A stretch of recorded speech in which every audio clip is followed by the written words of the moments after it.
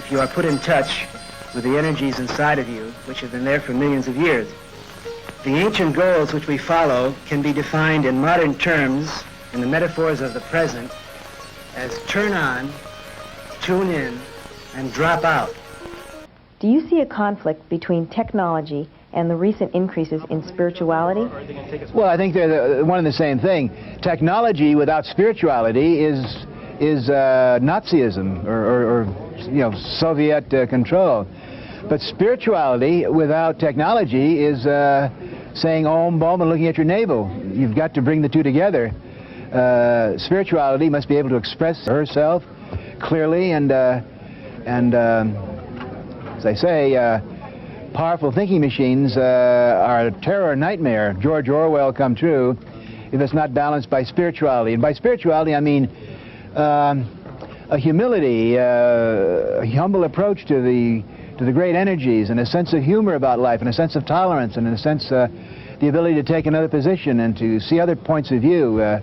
This is what spirituality. But what's more spiritual than having quantum electrical signals coming through the air, picking it up on your satellite disk, putting it on your screen, changing it, moving it around, expressing yourself through these powerful, invisible quantum impulses, which after all are the language of the universe. What you're doing on your computer screen is the language of off-on quantum mechanical clouds of meaning.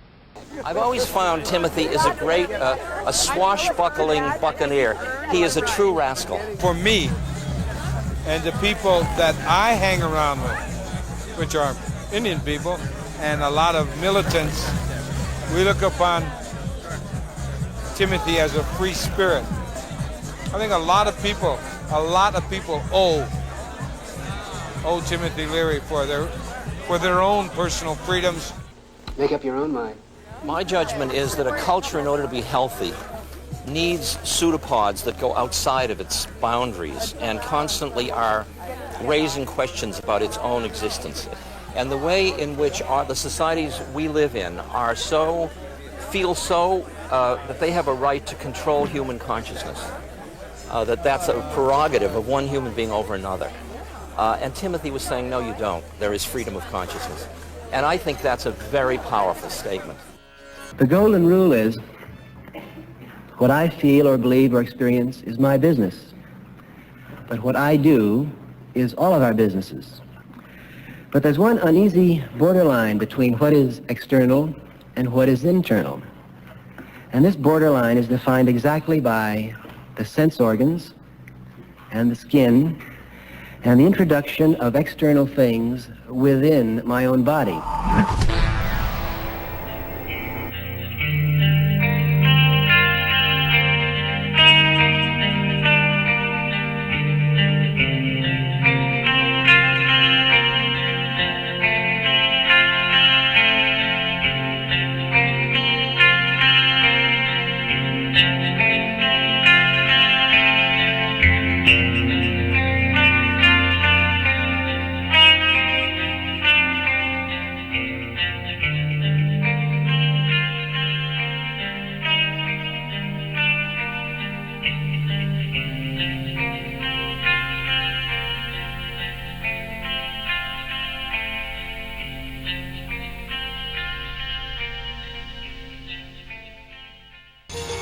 What you allow to touch your body or what you allow to enter your body is your business.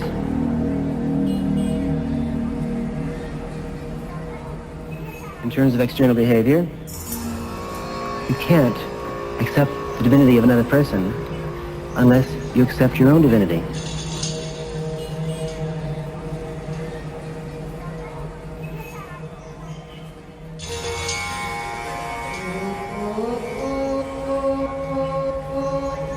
To me, drug abuse is a drug in the hands of society being used on other people.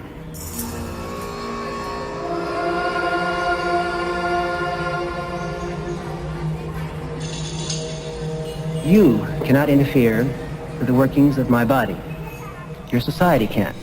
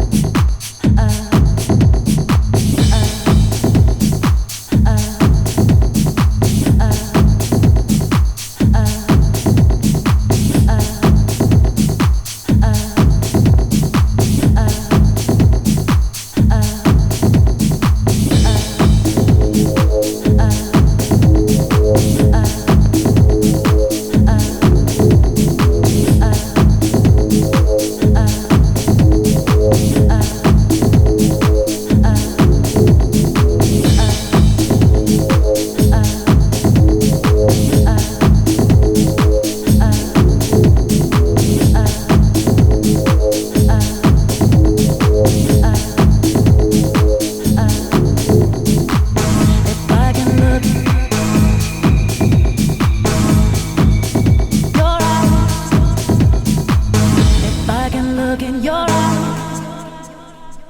Just being present in the unfolding rhythm of the universe. Touch and connect.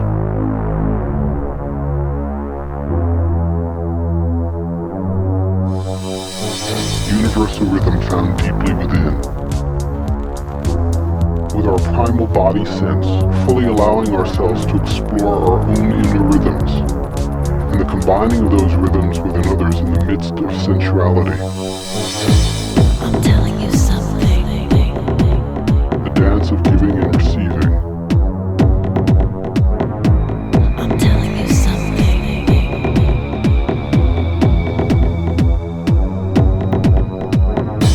I'm telling you something.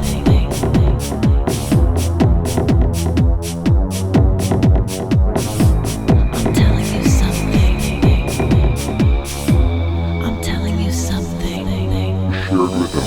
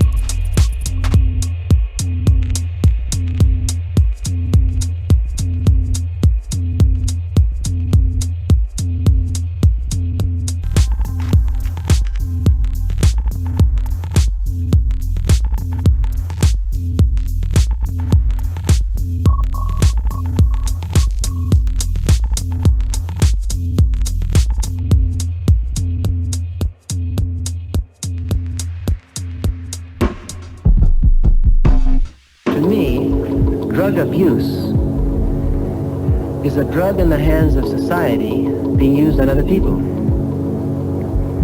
The only abuse of drugs is the control of drugs by other people. Because the only sensible control of things which affect the inner workings of your body is self-control.